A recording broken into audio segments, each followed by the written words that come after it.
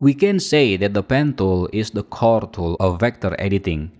It is not wrong to say that if you do not know how to use the pen tool correctly, then you know nothing about the vector editing. Okay, so it is that important.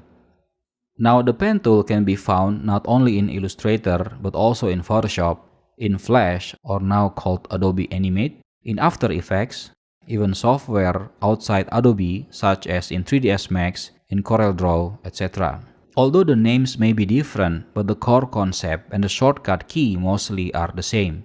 Okay, let's click on the pen tool. You can use P for shortcut. And then click and click and click like this on the canvas.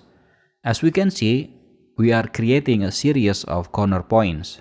Now notice when we do click drag like this, the anchor points that are being generated are Bezier anchor points.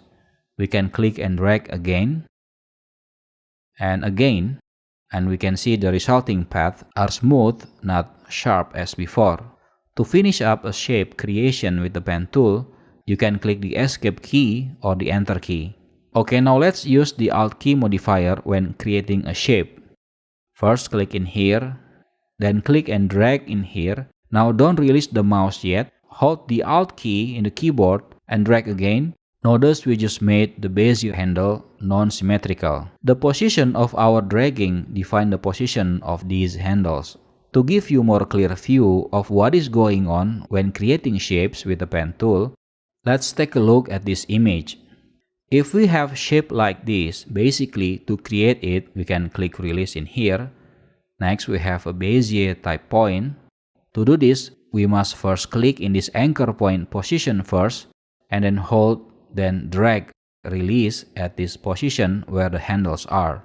Okay, now the trickiest part is the Bezier corner point, as we need to add Alt key modifier into the mix. Start click and hold in this position and drag so that the handle of the other side is at that position. Then without releasing the mouse, hold the Alt key and then move your mouse so that it's located on top of the second handle position.